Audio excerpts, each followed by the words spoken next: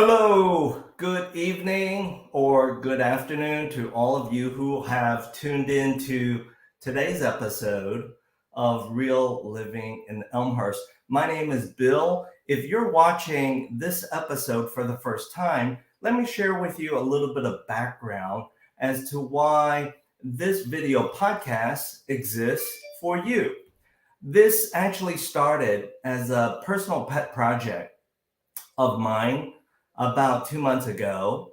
And the reason why I wanted to create this podcast series was to share with all of you who either may be living in Elmhurst, who may be considering moving to Elmhurst, or who simply have enough friends, neighbors, coworkers that live in Elmhurst. It's where it's all about showcasing some of the great things in Elmhurst, but more importantly, creating a spotlight of some of my friends, your friends, our neighbors who are doing some great things here in the community of Elmhurst. So knowing that to be the case, my guest tonight is a friend and a classmate, Katie Pardue. Let's welcome her into the studio.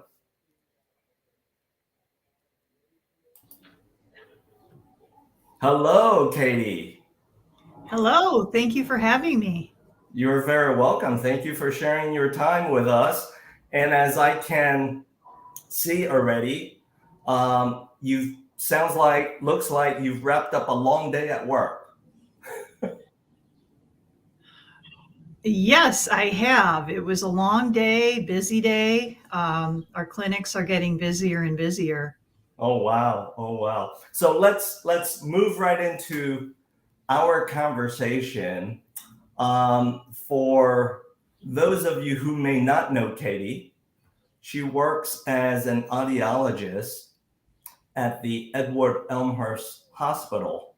So knowing that to be what you spend your time doing day in, day out, Katie, let's start off with this. Can you describe a typical work day for you?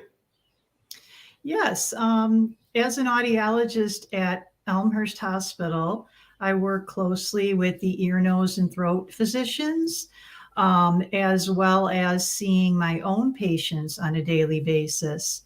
So a typical day could be seeing some ear, nose, and throat doctors' patients that have trouble with either hearing, ringing in the ears, balance issues, clogged ears, and we test them, and we can give the ear, nose, and throat doctor a lot of information on then how to treat the patient based on the test results.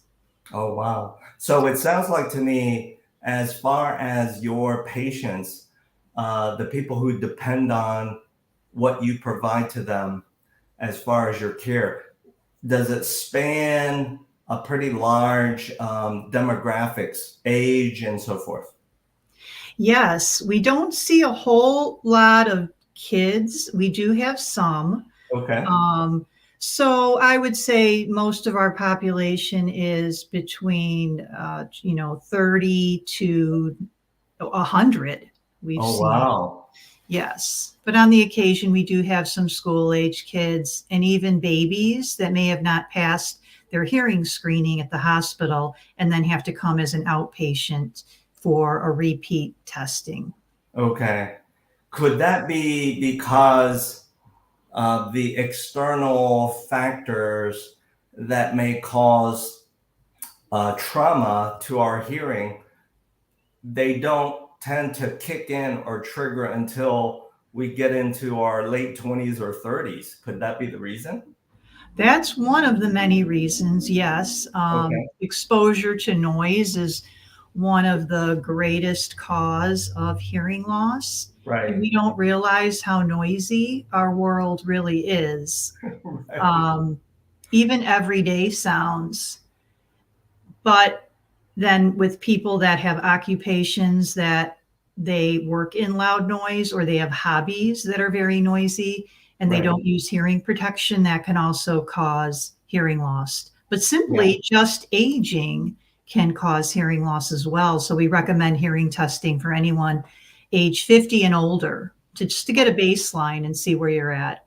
Okay, I understand that. And how, keeping it simple, Mhm. how does the monitor of hearing affect our balance as we go through the various stages of life, Katie?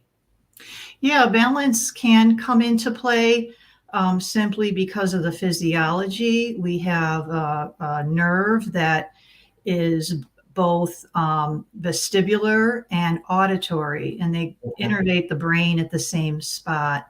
So, hearing loss can sometimes also cause some balance issues.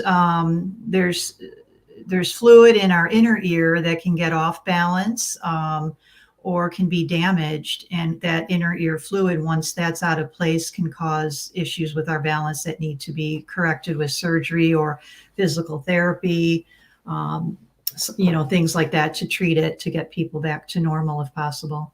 Oh, wow. Wonderful.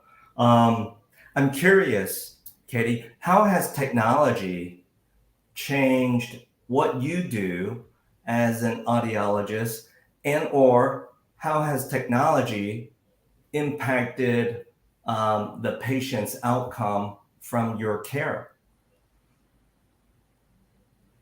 Well, hearing aids specifically have improved dramatically over Hmm. the past 10 years, Yep. simply with the development of Bluetooth connections to our cell phones. Oh, wow. Yes.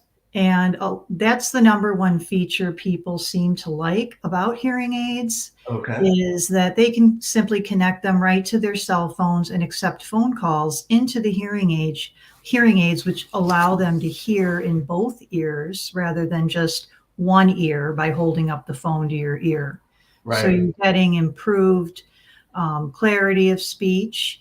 And a lot of patients will say, I can hear my grandkids on the phone now. I don't have to have it on speakerphone and blast it very loud so Right. everyone else can hear. Right. Right. They can not only hear their grandkids better, but they can hear them while FaceTiming with them as well, right? That's right. Yes, Yeah. it's very, very key to, improving their quality of life. Yeah, I can understand that. And it's funny that you mentioned that the technology of hearing aids have improved, because I've noticed, Katie, over the past almost 2 years, there has been a much more active stream of ads on media promoting, new technologies, new improvements with hearing aids. So that seems to sync with what you're telling me. Yes, there's been a lot of great improvements. They're not like they used to be when, you saw your grandparents wearing a big hearing aid in their ear and they always complained about it. Most people today that try the hearing aids end up keeping them, and it's a very important part of their life. And they just put them on like they would their glasses in the morning. Right. That makes perfect sense. Can you share a story of how your care for a patient has created this positive outcome?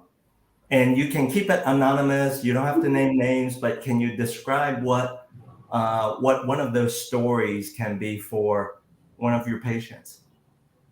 I had a woman that was in the choir at her church, and she was in a lot of distress because she said that, surprisingly, that some people made fun of her for her Oh, hearing loss. okay.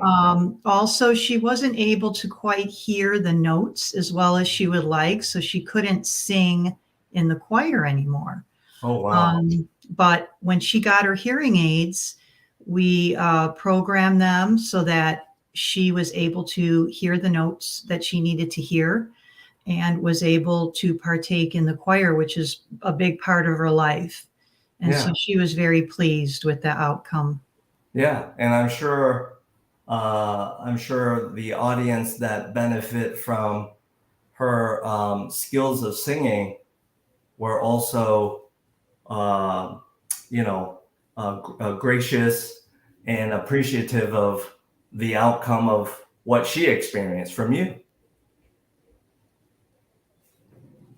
Yes, I think so. I know a lot of family members and friends are very happy when their loved one gets hearing aids because they no longer have to repeat.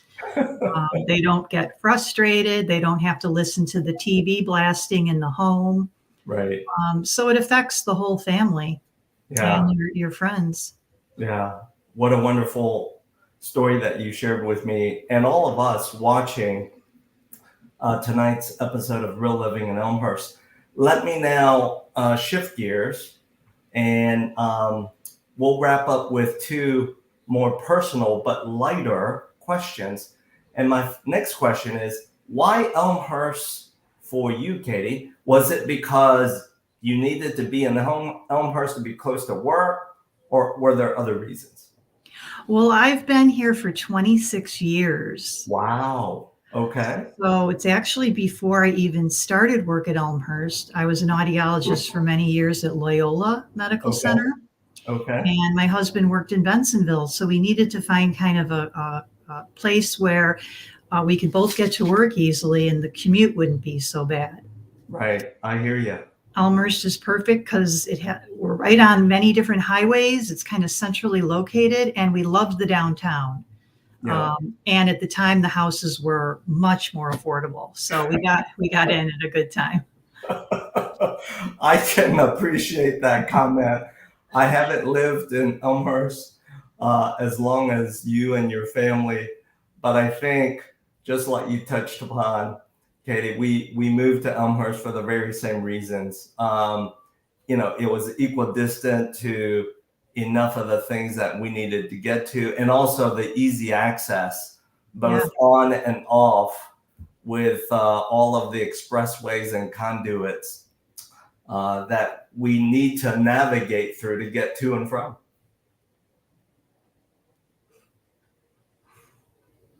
Yeah, it's the perfect location, I think. Yeah.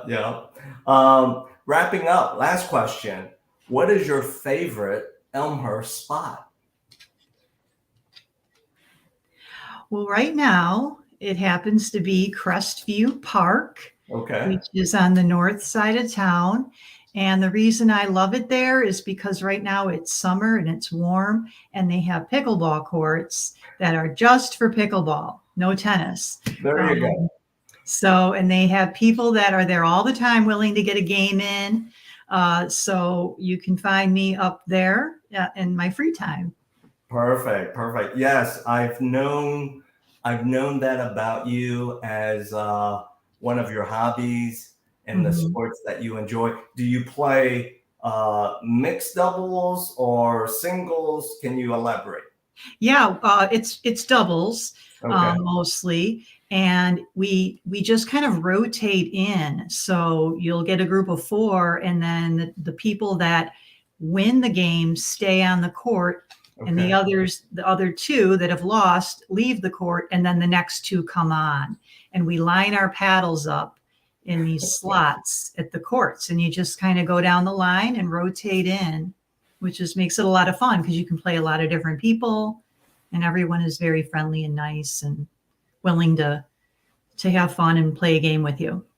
That's wonderful. So, ladies and gentlemen, all of you watching tonight's episode, if you enjoy pickleball as well, you heard it from Katie. You'll probably run into her at Crestview Park. And for those of you, kind of like me, who are just picking up your interest in pickleball, you heard it from Katie as well. Crestview Park is apparently the place to be where you can try to amp up your game. So as we wrap up tonight's episode, for all of you who may be considering either moving into Elmhurst, moving within Elmhurst, or for whatever your reasons might be, moving out of Elmhurst, and you need financial solutions for your next real estate venture, simply scan this QR code. Solutions are readily available. And Katie, as we wrap up, I simply wanted to say thank you for sharing your time with me and our audience from within Elmhurst, maybe slightly outside, or who knows, some of our friends, neighbors who used to live in Elmhurst and they live elsewhere now. Well, thank you for having me. It was a pleasure to be here. You're very welcome. So everyone, thanks for sharing your time with us in this episode of Real Living in Elmhurst. Until we see each other again in the next episode.